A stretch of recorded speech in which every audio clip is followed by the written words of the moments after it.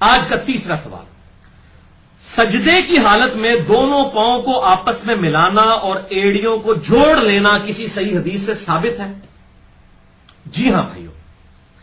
سنن نبی داؤد میں انٹرنیشنل نمبر کے مطابق دو طریق ہیں، 730 اور 734 نمبر، اور ترمذی میں 304 نمبر اور مشکات میں 801 نمبر۔ ابو حمید سعدی کی جو حدیث ہے 10 صحابہ کی موجودگی میں انہوں نے نماز کا طریقہ بتایا، بڑی ڈیٹیل حدیث ہے جس میں 11 صحابی ہیں ٹوٹل۔ میں کہتا ہوں یہ 11 سرکار ہیں، تو 11ویں سرکار ایک 11 سرکار ہے انہوں نے پیچھے ٹوٹل، جنہوں نے پورا نماز کا طریقہ آپ صلی اللہ علیہ وسلم کی وفات کے 30 سال کے بعد بیان فرمایا، جو میں نے پچھلی نشست جو تھی کوسچن آنسر سیشن کی مسئلہ نمبر 110 بھی اس میں بیان کیا ہے۔ اس میں الفاظ ہے کہ آپ صلی اللہ علیہ وسلم سجدے کی حالت میں اپنے پاؤں کی انگلیوں کو کھول لیتے اور پنجوں کو قبلہ رخ کر لیتے، یعنی یہ کھل جاتی ہیں جب ایسے آپ اس کو دباتے ہیں، قبلہ رخ کر لیتے۔ یہاں سے یہ ثابت ہوا۔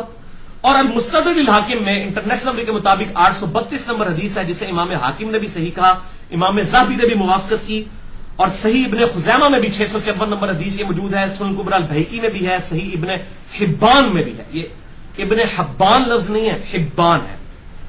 اس میں بھی موجود ہے۔ اور امام ابن خزیمہ جو امام بخاری کے شاگرد ہیں 654 نمبر یہ حدیث تھی، اس میں باب باندھا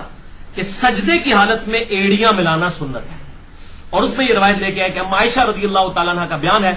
کہ میں نے نبی صلی اللہ علیہ وسلم کو دیکھا کہ آپ صلی اللہ علیہ وسلم سجدے کی حالت میں تھے اور آپ کی دونوں ایڑیاں آپس میں ملی ہوئی تھی سجدے کی حالت میں۔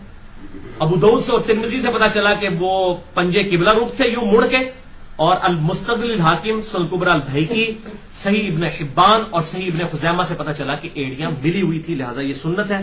اور الحمدللہ میں کریڈٹ دوں گا اہل حدیث کو کہ وہ بڑے اہتمام کے ساتھ اس سنت پہ عمل کرتے ہیں، لیکن اکثر جو بابے قسم کے اہل حدیث ہیں وہ صرف ایڑیاں ملاتے ہیں، پاؤں ان کے اٹھے ہوئے ہوتے ہیں، وہ انگلیاں جو ہے وہ مڑ کے قبلہ رخ نہیں ہوتی ہیں، بعض کا کسی کی بیماری بھی ہو سکتی ہے، لیکن انگلیاں کا موڑنا بھی، انگلیوں کا موڑنا قبلہ رخ کرنا ہی ضروری ہے۔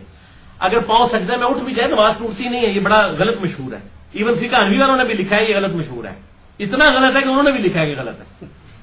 تو باقی کو تو چھوڑ دیں۔ بار شریعت میں انہوں نے لکھا ہوا ہے، مفتی امجد علی صاحب جو احمد بریلوی صاحب کے خلیفہ ہیں، کہ یہ بالکل باطل بات ہے، اگر اٹھ بھی جائیں پاؤں دوبارہ رکھ لیں، کوئی حرج نہیں، اس سے کوئی نماز نہیں ٹوٹتی ہے۔ ہاں یہ ہے کہ سجدے کی حالت میں وہ جو 7 اعضاء پہ سجدہ کرنا بخاری اور مسلم میں ہے وہ واجب ہے۔ وہ 7 اعضاء کون سے ہیں؟ 2 ہاتھ، 2 گھٹنے، 2 پاؤں کے پنجے، اور یہ جو ہے ماتھا اور ناک، یہ ایک عضو ہے، یہ دونوں لگنا ضروری ہے۔ بعض لوگ صرف ماتھے میں سجدہ کرتے ہیں اس لیے ادھر ہوتے مراد پیا ہوتا ہے، وہ غلط ہوتا ہے، ناک لگنا ضروری ہے، یہ بات یاد رکھیے گا۔ تو یہ مسئلہ بھی